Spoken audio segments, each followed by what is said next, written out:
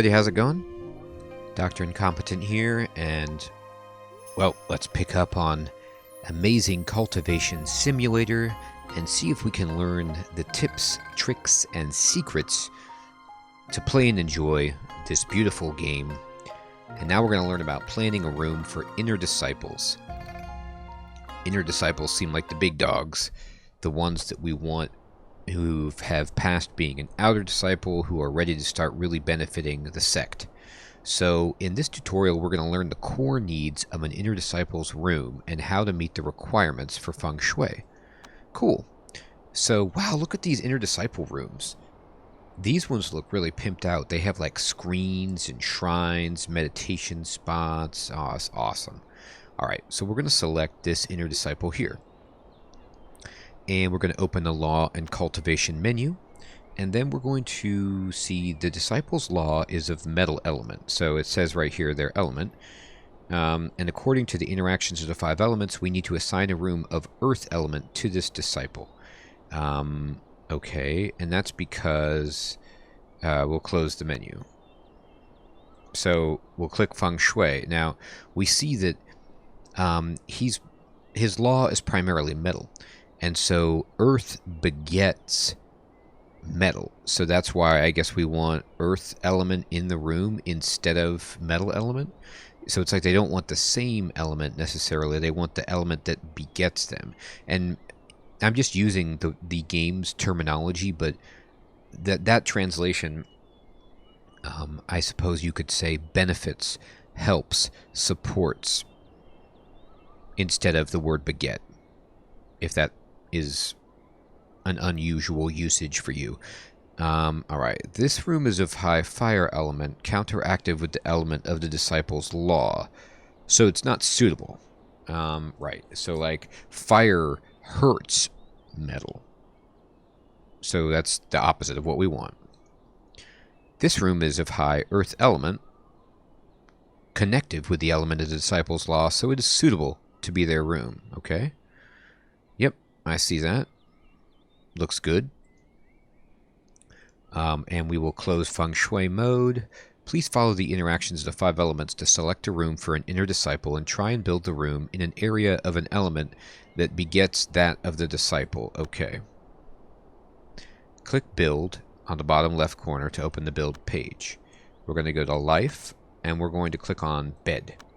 Now, oh, they're finally showing the different materials for how to craft the bed. This disciple is of metal element, so it is more suitable for them to practice in an environment rich in earth. A feng shui building needs to go with decorations with elements that beget earth, so it's better to choose a main material that is of metal element in order to place a lot of decorations of earth element that beget metal. Alright, so I guess they're saying choose metal as our main material. And so, like, for example, these iron bars are metal, right? And we can even scroll down. It goes all the way down. There's tree element, and then there's water element, okay? And then there's other choices that we can make. And we want to select iron bar. So we're going to make a bed out of iron bars. Not the most comfortable bed, I suppose, but maybe this is just the box springs. Now it does say here feng shui auspicious. Press R to rotate, but we can't really rotate it in the tutorial, but that's cool. And then we're going to close build mode by right clicking, and then we're going to speed it up and have people come in here and handle this. Eventually someone is going to build the bed. They're getting the materials, they're building it, and then they're going to put it in there and deposit it. And now we're going to click on the iron bed, and then we're going to assign it to this particular inner disciple. Now, luckily, this part of the, when I'm choosing who to assign it to, I'm assuming that the icon means male or female, and then it means based on the color, like inner disciple or outer disciple, laborer, or whatever. And luckily here there's more information on the tooltip, so it does say that because of their learned laws, the inscription is metal. So I know that this is the one I was going for, metal person. And we're going to confirm it. And then a bed, a cushion, or a throne can all be used as the training spot. Its main material should be of the same element as the Inner Disciple's Law. Okay? Click Build in the bottom left corner to open the Build page. I will. Click Decoration to open the Life Buildings page. Okay? And then we're going to put an oil lamp down. And select brownstone as the main material. So this is an earth material. And we want to help out the earth element. So we'll put one here. And we'll put one here. So we have one on each side of the bed. That's very charming. We'll click Furniture. Cool. Look at all this stuff you can build. Click Vase. And we'll put one like right above their bed. We'll put a vase. And then we're going to click a censer. Awesome. So they can burn some incense or whatever. And we'll put it at the foot of the bed. The main feng shui building in an Inner Disciple's room is usually the bed, cushion, throne, etc. Rooms that contain these feng shui buildings are usually bedrooms that should face south.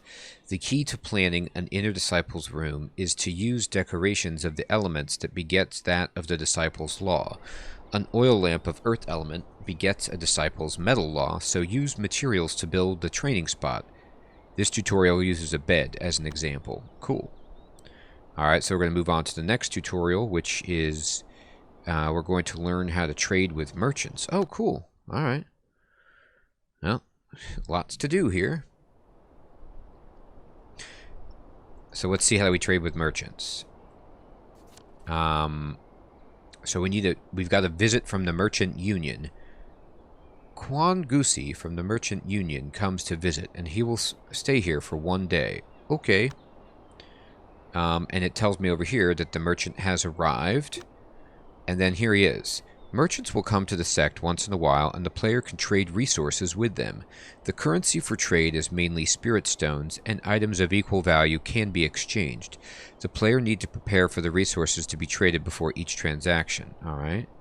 So click Build down here, and we're going to click Area, and we're going to click Trade Area. Oh, okay, I see. Drag and select a trade area. So we're just going to make a box inside here, and it makes the one of the size that it wants. We're going to right click to stop build mode, and we're going to select Spirit Stone, and we're going to click Trade to have somebody move it to the trade area, and we're going to speed it up. So now they've taken the Spirit Stone out of that supply depot and put it onto the trade mat. Every time a merchant comes, they will bring a large amount of resources, so prepare the items that need to be traded beforehand in case you missed a trading time. Yeah, this is very much like Dwarf Fortress with the trade depot coming each year during a particular season. I want to say it was like springtime that they would come, and it was always just a scramble, and I was so thrilled even to get the trade depot built so I could actually do some trading, get an anvil or something good. So in this game there, it's very similar, and they're saying stock up the trade area first so that when the merchant arrives, they're only staying for 1 day, that you actually have time to trade.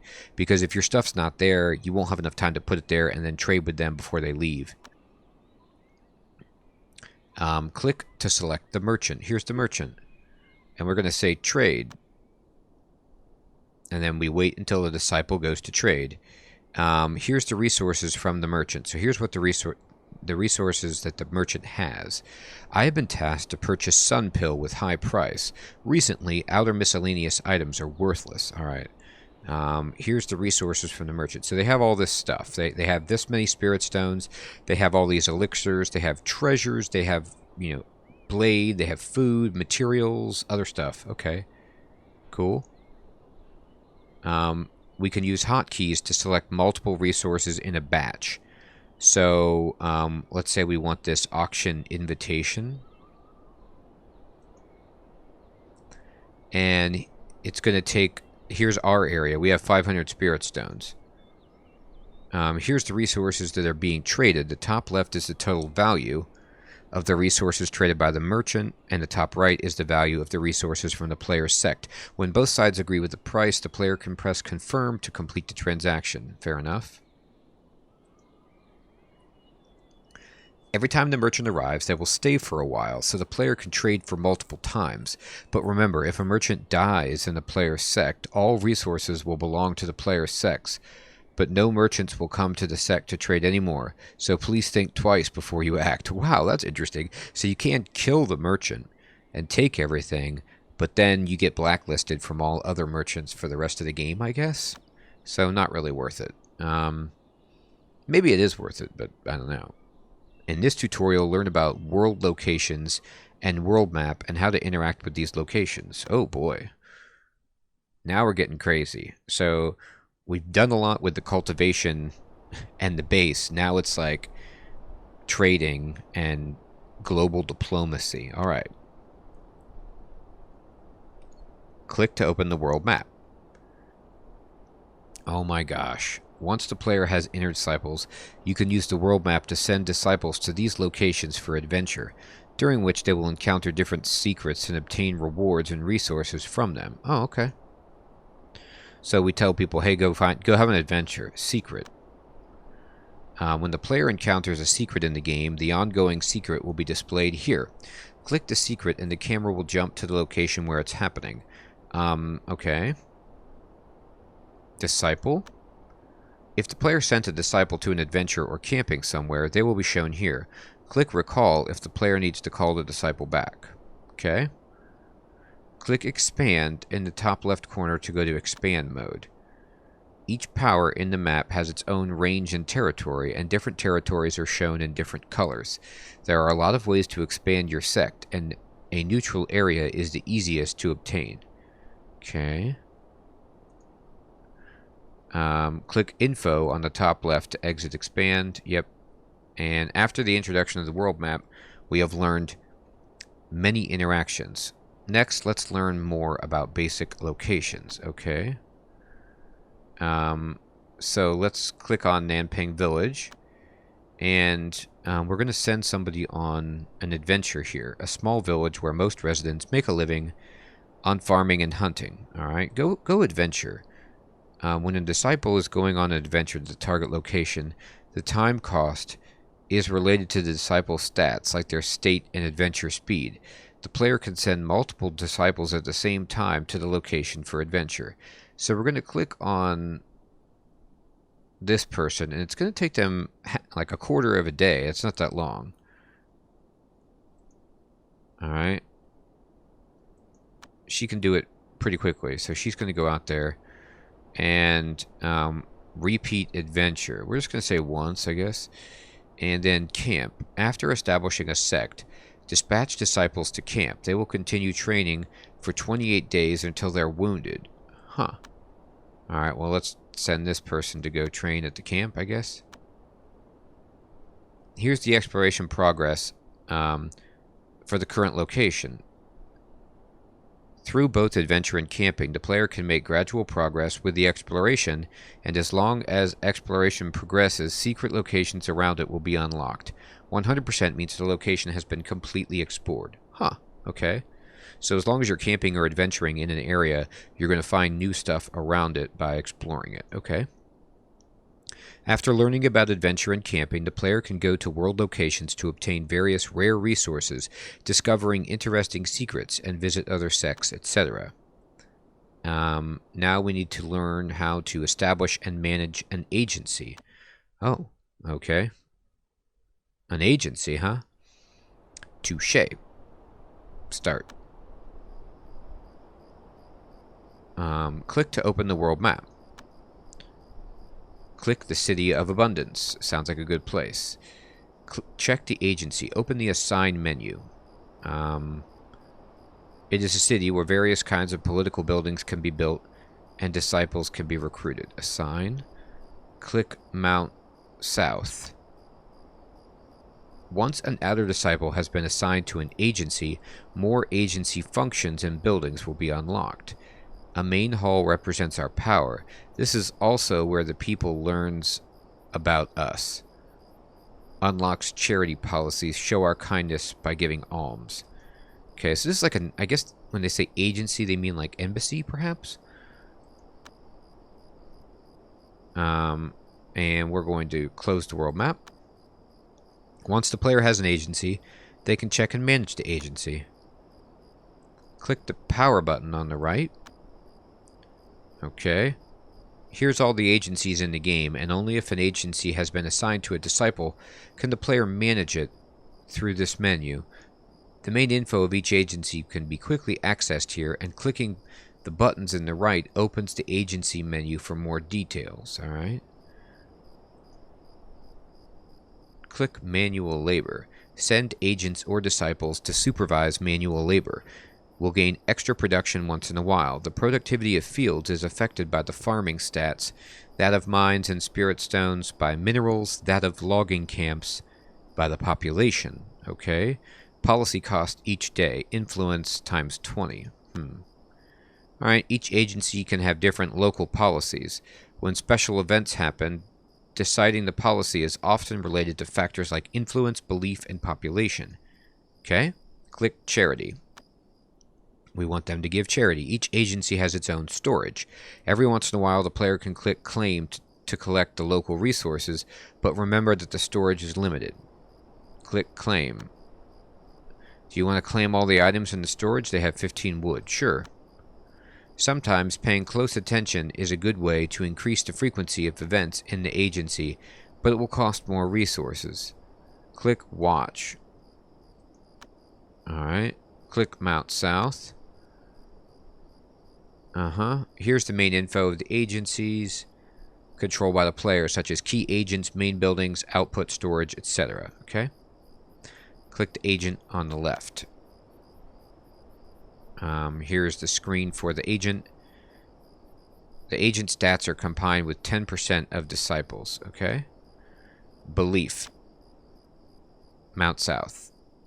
Here's the belief on the agencies controlled by the player, such as local religious trends, belief statuses, total population, etc. Click to close Mount South menu. Okay, and we're going to close the world map menu, and we're going to close power management. Once the player has an agency, they can check and manage the agency. Makes sense. Handle agency events. Once an event happens in the agency, the player can check it in the small window in the right. If the player has handled the event before the countdown ends, there will be rewards. So we've got charity going. Bao Ren led the disciples to the street and started giving alms to passers-by. They came across a broken wooden house. Its owner is handicapped and unable to repair it. Oh, okay. Click Inspect Events. Following the tips, the player can choose an appropriate solution, the effect of which is usually related to the stats of the disciples at the agency. Alright? So we can select one of the following. Well, they have a wooden house, so let's give them wood. Do you want to select wood to solve this? Yes. Once the event is dealt with, the policy window will no longer show the exclamation point. Close power management, and we're going to speed it up. An event window that pops up after the charity event is completed. Here it is. And we can check the results. And it says the agent thought it over and decided to use wood to deal with the situation. Bao Ren grabbed some wood and fixed his place. Everyone seems to approve. Our sex appeal increased at Mount South. Some of the people at Mount South chose to become our followers. At Mount South was on the way up. More followers joined us. Our followers increased by 27,146. That's pretty ridiculous. Okay. Suddenly, there is an earthquake in Mount South. Countless mortals are either dead or injured, as fear and anxiety spread across the land. Uh-oh. Disaster. Okay, I see it. The player can check the message to see the ongoing event. And we're going to click on it. Earthquake. For 20 days. Okay. Sometimes there are special events in the agency for the player to handle. If handled appropriately, the agency will gain a lot of influence. A large influence helps the player to expand their territory and level up the agency. Agencies can also bring many benefits to the player's sect, such as local output, recruiting disciples, obtaining belief, etc. Huh. Wow. Alright, so I guess we build little outposts or embassies or agencies, as they call them, around that help us, and then we are presented with situations there that we can do to help influence the area and gain benefits. Wow.